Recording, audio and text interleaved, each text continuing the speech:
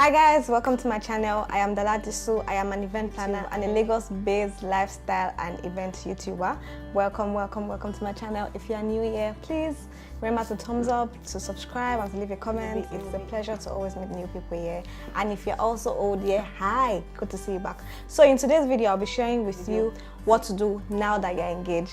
One of the first things to do when you're engaged or after a week or two after you've gotten engaged, it is to just inform your parents, inform your loved ones, and to actually share a very nice picture on Instagram with your ring hand. There's no ring on this one yet.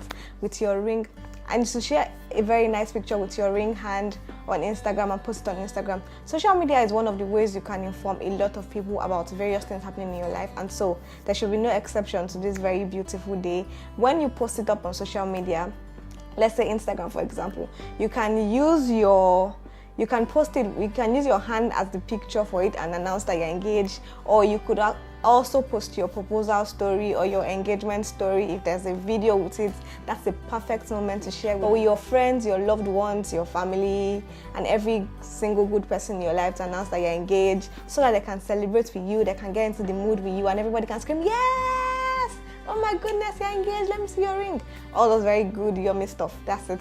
So first thing first, you need to share with other people, announce your engagement. Next thing you want to do after you've announced is that you want to enjoy this period of your engagement. You don't want to, I know people will start bamboozling you and saying, oh, hi, so when are you going to start planning? What's your event date? What's your color? What type of wedding do you want? Girl, you just need to chill, you know? Now you're engaged, and that's it. Engagement comes only once in a lifetime by the grace of God, and you just want to enjoy this new level that your relationship has gotten into. You want to just chill, enjoy with your partner. You can spend time with the people that you loved, enjoy with them. And you know what, you can actually even throw a small party with your friends or your loved ones, or your parents can just throw a small party with you. Remember to invite people that you loved, laugh a lot, take a lot of pictures. This period is just for enjoyment. Don't just begin to bamboozle your head with colors, ashwabi, wedding venues. No, girl, ladies and gentlemen, please take your time, just enjoy it. Now, one of the things you need to know is that engagement period is usually associated with planning weddings. One thing you need to know is that your engagement period is not just a period for planning your wedding, it's also a period for planning life after the wedding. You know how we put so much focus and energy into planning weddings, and we forget that. We don't forget, but we don't just take time into planning for life after the wedding. Now, one of the things you need to note is that your engagement period should be a period whereby you just take time to plan your life after the wedding. You don't want to put so much effort into your wedding, and then after your wedding you don't know what's going on with both of you. So you want to take time and begin to ask yourself questions. What type of home do you want? Do you have a vision for your home? It's very important that you have a vision, that you and your partner meet together, or you sit down and begin to talk about the type of home that you want. If you did not talk about these things during your courtship or dating period, and if you did talk about them during your courtship or dating period, this is the time to begin to look for how to structure it. What type of home do you want? Do you have the house ready? Have you guys rented the space? If you have, this is the time to go there and check if there are things you like or things you want to add. Are there appliances that are missing in the house? You want to change the curtains? You want to include blinds? Do you want to change the bathroom? Is there any renovation that you want to go? I mean, you really just want to get into the cruise of living life after the wedding. Your wedding is just a series of ceremonies that will come and go, but life after the wedding begins after you say I do. It begins now already. It begins because everybody's congratulating you. You now begin to think of, okay, what do we really want after the wedding? This is just the time, how you structure your home, what type of home do you want, how do you want it to look, what are the things you want to eliminate, are there weaknesses you want to work on? You really just want to concentrate on the nitty-gritty of life after the wedding. And when you begin to think of life after the wedding in this period, it also gives you an idea of how much you have for the wedding, how much you have and how much you want to spend. There's a big difference between how much you have and how much you want to spend for the wedding. Now, I feel like we need to do a different video on that one, but that I've said that part, you need to just get into it. Now, concerning your wedding, the wedding ceremonies, the first thing one of the things you need to do is that you need to gather inspiration. So let's say number one, you gather inspiration. Gather inspirations from Pinterest, Instagram, Facebook, Twitter, wherever you go to. wherever you go to that has to do with wedding, whatever social media platform that has to do, and you see that there's a wedding blog or wedding website, please, sweetheart, go ahead, take down pictures at a screenshot, create a visual file for your wedding. Also create a visual file for life after the wedding, because life after the wedding is very important. That's when the marriage begins. So you want to create a visual file for your wedding, and a visual file for life after the wedding. So as you gather inspiration, it gives you an idea of what you want for your wedding. Do you want a small wedding or a big wedding? How many people do you want in your wedding? You begin to gather inspiration. How do you want your wedding to look? In gathering inspiration, you come across various themes for wedding. You have vintage theme, you have Cinderella theme, you have various other themes that you can incorporate into your wedding. And then you may not just want to do any of these things, but you want to make your wedding personal. So you want to sit your partner down and ask them, oh, what do you like? What do you see? So as you gather inspiration, involve your partner in it, and then also keep a file of all these things. You may want to hand them over to an event planner if you are going to hire an event planner. If you're not going to hire an event planner, you're going to want to hand them over to anybody that is working with you to bring that day successful, or to the vendors you are getting. Now that you've gathered inspiration, if you also don't know what you want for your wedding, in the process of gathering inspiration, you know that, okay, at this point, these are the things I like. Gathering inspiration gives you the opportunity to know what you like and what you don't like. So as you begin to gather inspiration, you begin to remove the things that you don't like, and as you eliminate the things that you don't like, guess what? Yeah, subconsciously arriving at the point where you know the things that you like. So after you've removed everything that you don't like, you are going to arrive at the point of where you know, okay, you know what, I want a big wedding, or I want a small wedding, or I want a garden wedding, or I want 60 people in my wedding. That's what inspiration is for. That's what gathering inspiration is for. And when you gather inspiration for life after the wedding, you begin to know, okay, this is the type of partner that I want to be. Or when you have a vision for your home and you begin to work towards it, that's what you need to know. My second point is that you should start thinking of a date. Now that you've gathered inspiration, the next thing you need to do is that you start thinking of a date. Your date doesn't have to be the final date. It can be a tentative date. One of the reasons why you need to start thinking of a date is because when it comes to wedding, everything is determined by your date. The hall you get, the type of wedding you do, if you want an outdoor wedding or an indoor wedding. If it's an outdoor wedding, you want to get a date and look into the calendar and weather forecast. Can this work? Can this not work? So start thinking of a date. Sit with your parents, think of a date. And you know, in Nigeria, we have like loads of ceremony. You have the introduction, you have the Orishishi ceremony. So you want to sit to your parents and say, okay, so when are we having the introduction? On the day of the introduction, what date is going to work for you and your partner? What date is also going to work for your family members? That's from the groom side and from the bride side, because it's the fusion of two people coming together involving their families. So you also want to involve the families, what date works for them. When you've gotten this date, it may be a tentative date and it may not be a tentative date. You can arrive at your final date when after your introduction. It also gives you an idea of when you want your introduction to be or how long you want your engagement period to be. This all comes into play when you begin to think of a date. My third point is that you should establish or set or create a wedding budget. How much do you have? How much do your partner have? When you put both of them together, how much do you have? When you're setting a budget, a budget is basically how much both of you can afford to spend on your wedding. A budget tells you how much you have, how much you can spend, and how many people you can cater from.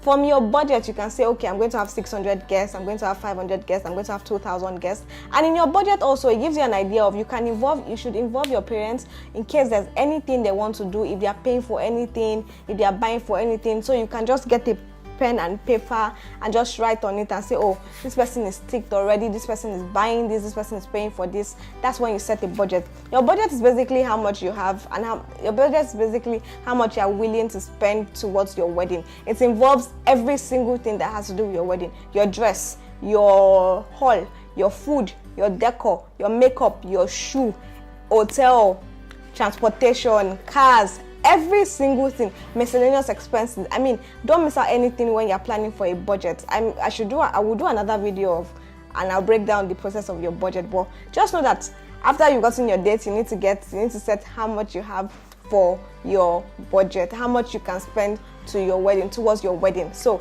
set a budget, establish a budget with your partner, with your parents, sit them down. What are you paying for? What are you buying for us? If they are doing any of these things, let them know. They should let you know on time so that you can just write it down. And if they're not doing any of these things, okay, it's just both of us and this is how much you can afford, or this is how much you'll be spending. My next point is that you should determine your guest size. Now that you've set your budget, it's very easy for you to determine your guest size. Your money tells you how much you'll be catering for. I mean, you cannot invite 6,000 people and you don't have enough money to cater for them. That means there'll be no food, there'll be no hall. It's just a floppy party. So now that you've done your budget, next thing is for you to determine your guest size. How many people do you want at your event? Do you want 600 people? Do you want 7,000 people? This is just very interesting. And when you've set your budget also helps you know if you can afford to have a wedding planner and if you need a wedding planner. If you can afford to have a wedding planner, your budget tells you how much you will be willing on how much you can afford to pay a wedding planner from your wedding budget. Next thing you want to do is you want to begin to research for wedding venues. Now that you've chosen your dates, I hope you have arrived at final date at this point. You've chosen your dates, you've gotten how many people want to come for your wedding. You already have a budget. Your budget also includes how much you'll be paying for the venue, like I told you earlier. The next thing for you to do is for you to begin to research wedding venues. Which venues have you gone to for weddings that you like? What did you like about them? You need to research, collect phone numbers of hall, go online, ask your friends that have gotten married. Did you go for any wedding during this period that you liked the hall, that you were completely blown away by the hall? Now is the time to go and get their phone number. When you're researching, don't just research and say, oh, this all is fine, this all is nice. Nope, that's not the purpose of doing the research. It's good that you know that the all is fine, but you need to know how much the all is. How many hours do they allow you to stay for? When does the AC of the all come on? See, it's one thing to get a hall, and it's another thing for the AC to come on and in that hall at a very late period. So you need to ask all these questions. But if you have an event planner, just give them all these things. They will sort you out. It just makes life easy for you. You don't need to know the integrity and bottom line, or even when you know it's not stressful for you anymore. So you need to know, okay, this hall, this is when they are available. What date are they available? Remember when I told you in the beginning that your date determines everything, including your venue? So you have a date already, you know how much already. You search for a hall. You ask yourself, do you like the halls on the mainland or you want the hall on the island? Does the hall on the mainland, can it cater to your number of guests? That's the most important thing. The hall has to cater to your number of guests. Is their toilets good? Do they flush on time? Some halls are good, but their toilets stink. Their cleaners are not efficient. You need to know all these things. You need to know if they have a backup generator, if your vendors if they have to pay extra charges for anything they are plugging into the walls. All these things are the things that you need to factor into your hall. And you also need to know if you are spending extra hours in the hall, how much will it cost you? We are going to have a proper video on wedding halls, but for now, that's the summary of the halls. My next point is that you should pick your wedding color. Sit again with you can pick your wedding colors. Your wedding colors could have been picked during your introduction or when you meet with your parents, but if that didn't happen, you should pick your wedding colors. You should begin to look for colors. Go back to your inspiration. Remember, one of the first things we did in the beginning was that you gathered inspiration. So pick a color that both sides are willing to work with. After you've picked the color, you can announce that, oh, this is our color. Or when the time is right, you announce that this is our color. The other thing you need to do is that you need to begin to research on planners and vendors. If you're using a planner, you need to check out their previous job. If they don't have any previous job, are they willing to work with you based on your budget? Are they efficient? Are they good listeners? It's very important that your planners are good listeners. They may have done some events in the past, but you need to know if you can bring them on board for your wedding. No two events are the same. Every event planner will tell you that way. So you need to know if there's a flow between both of you, if you understand them and they understand what you want. And you also need to know if you can afford them. Once you know that, you give them the rest and everything. So every inspiration that you've gathered, you can give it to them at this point and say, okay, this is what I've done so far. These are the things that I like concerning weddings, and you give it to them. And also your vendors, you need to research vendors on makeup, ashoebi, ashoke, wedding dress, shoes. I mean, every single aspect of your wedding needs a vendor. My darling, why don't you just get an event planner to just save you the stress? Or if you don't want an event planner, you want to be a DIY bride, you should also research your vendors. Check from friends, which vendor did they use, did they like. Sometimes you don't even need to check from friends. Go online and check out people's pages, call their phone numbers, discuss with them, send them an email. Don't just assume. Assumption is wrong. Don't assume that, oh, this is how much these people charge or they cannot do this type of event. Go online, look at their pages, get their phone number, get their contact details, everything you want to know. I'm sure most people are online. Everybody's online nowadays. So just get it, write it down, call them, and then you begin to lying and choose and saying no. You just, it makes you arrive at the right point and say, okay, these are the vendors that I want for my day. My second to the last point is that you should choose your bridal party. Who do you want on your bridal party? Do you want an odd number for your bridal party, or you want an even number for your bridal party? How much will it cost to be on your bridal party? You need to break all these things down. When you invite or tell or inform people that you want them as your bridal party, ask them, okay, so this is how much it's going to cost. What color do you want them to wear for the bridal party? Do you get? And you need to know, okay, your groom, do you want the groom side to have a groomsman, or you just want them to all be men alone, or you want a mix of everything? How many people do you want? An odd number or an even number? These are the important things you need to know when you choose a bridal party. And my final point is that think of hotels when you are choosing when you pick an hotel that is close to the venues, so that way it's easy for you to get to church, it's easy for you to come back and change or take pictures. Pick an hotel that has a good scenery. That will be all for today's video. I hope that you liked today's video. Just a quick wrap up of everything that we've discussed. Remember to inform people that you're now engaged, throw a party if you can throw a party, gather inspiration, plan for your life after the wedding. Don't just spend all your money on the wedding alone, but really plan for your life after the wedding. What type of wife do you want to be? What type of husband do you want to be? What's your vision for your home? It's very important. And also, if you realize that all these things are very stressful for you in the process of planning your event, please get an event planner. They take stress off you and they are worth every single penny.